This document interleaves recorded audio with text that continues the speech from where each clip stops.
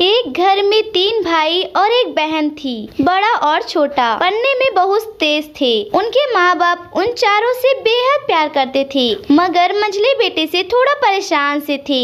बड़ा बेटा पढ़ लिख कर डॉक्टर बन गया, छोटा भी पढ़ लिख कर इंजीनियर बन गया, मगर मंझला बिल्कुल आवारा और गंवार बन के ही रह गया। सबकी शादी हो गई। बहन और मंझले को छोड़ दोनों भाइयों ने लव मैरिज की थी। बहन की शादी भी अच्छे घराने में हुई थी। आखिर भाई सब डॉक्टर इंजीनियर जो थे, अब मंझले को कोई लड़की नहीं मिल रही थी, तो बाप भी परेशान और माँ भी परेशान। बहन जब भी मायके आती तो सबसे पहले छोटे भाई और बड़े भैया से मिलती, मगर मंझले से कम ही मिलती थी, क्योंकि वह न तो कुछ दे सकता था और न ही वह जल्दी घर पे मिलता था। वैसे वो दिहाड़ी मजदूरी करता था और पढ़ ही नहीं सका तो नौकरी कौन देता। मंझले की शादी किए बिना ही बाप गुजर गए। माँ ने सोचा कहीं अब बंटवारे की बात न निकले, इसीलिए अपने ही गांव से एक सीधी साधी लड़की से मंझले की शादी करवा दी। शादी होते ही न जाने क्या हुआ कि मंझला बड़े लगन से काम करने लगा। दोस्तों ने कहा, ए चंदू आज अड्डे पे आना। चंदू ने कहा, आज नहीं फिर कभी। अरे शादी के बाद तू तो जैसे बेबी का गुलामी हो गया है। अरे ऐसी बात नहीं है, कल मैं अकेला एक पेट था तो अपनी हिस्से की रोटी कमा लेता था, अब 2 पेट है आज, कल और होगा।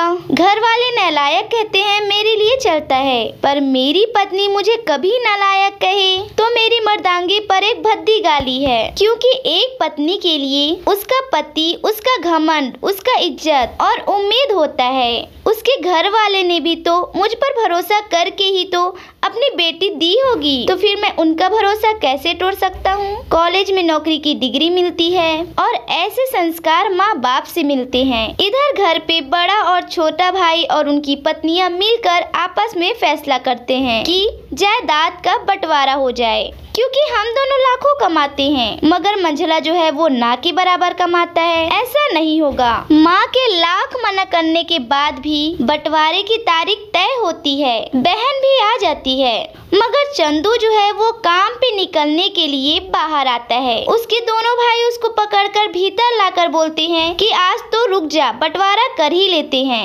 वकील कहता है ऐसा नहीं होता, साइन करना पड़ता है। चंदू ने कहा, तुम लोग बंटवारा करो, मेरे हिस्से में जो देना है दे देना, मैं शाम को आकर बड़ा सा अंगूठा चिपका दूंगा पेपर पर। बहन ने कहा, अरे बेवकूफ, तू गंवार का गंवार ही रहेगा, तेरी किस्मत अच्छी है कि तुझे इतने अच्छे भाई और बहन मिले। माँ ने कहा, अरे चंदू आज तो रुक जा, बंटवारे में कुल 10 बीघा जमीन में दोनों भाई 5-5 रख लेते हैं। चंदू को पुश्तैनी घर छोड़ देते हैं। तभी चंदू जो है वो जोर से चिल्लाता है, अरे फिर हमारी चुटकी का हिस्सा कौन सा है। दोनों भाई हंसकर बोलते हैं, अरे मूर्ख, बंटवारा भाइयों में होता है और बहनों के हिस्से में तो सिर्फ उसका मायके ही है। चंदू ने कहा, ओ शायद पढ़ा लिखा ना होना भी मूर्खता ही है। ठीक है, आप दोनों ऐसा करो, मेरे हिस्से की वसीयत मेरी बहन चुटकी के नाम कर दो। दोनों भाई चकित होकर बोलते हैं। और तू?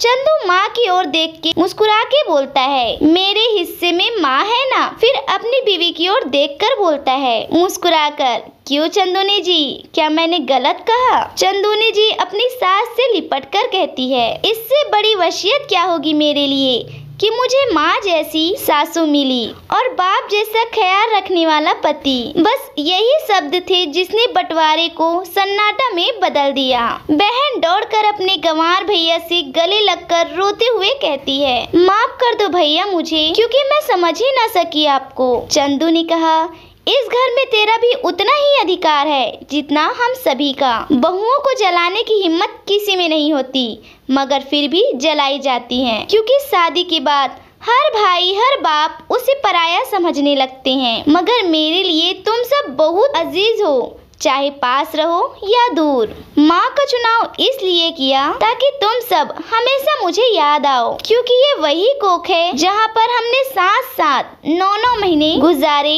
माँ के साथ। तुम्हारी यादों को भी मैं रख रहा हूँ। दोनों भाई दौड़कर मंझले से गले मिलकर रोते रोते कहते हैं, आज सचमुच तो सबका बाबा लग रहा है कि पलकों पे पानी ही पानी। सब एक साथ फिर से रहने लगते हैं। तो दोस्तों, ये कहानी आपसे क्या कह कह रही हैं? आप क्या महसूस कर रहे हैं? आपकी इसमें क्या राय है? इस कहानी के बारे में हमें कमेंट सेक्शन में जरूर बताएं और लाइक कर दिया है तो इसे शेयर करना बिल्कुल भी ना भूलें और साथ ही साथ आपका प्यार मोहब्बत हमें देते रहिए, क्योंकि ये हमारे लिए है असली मोटिवेशन। वैसे ऐसी कहानी आपको हमेशा मिलती रहे, हमारा नोटिफिकेशन आपको सबसे पहले मिले, उसके लिए बहुत जरूरी है कि आप इस पेज को फॉलो करें। अगर नहीं किया है तो तुरंत कर लीजिए। मिलूंगी बहुत जल्दी ही एक ऐसी कहानियों के साथ, तब तक के लिए मैं आप लोग से कहूंगी धन्यवाद।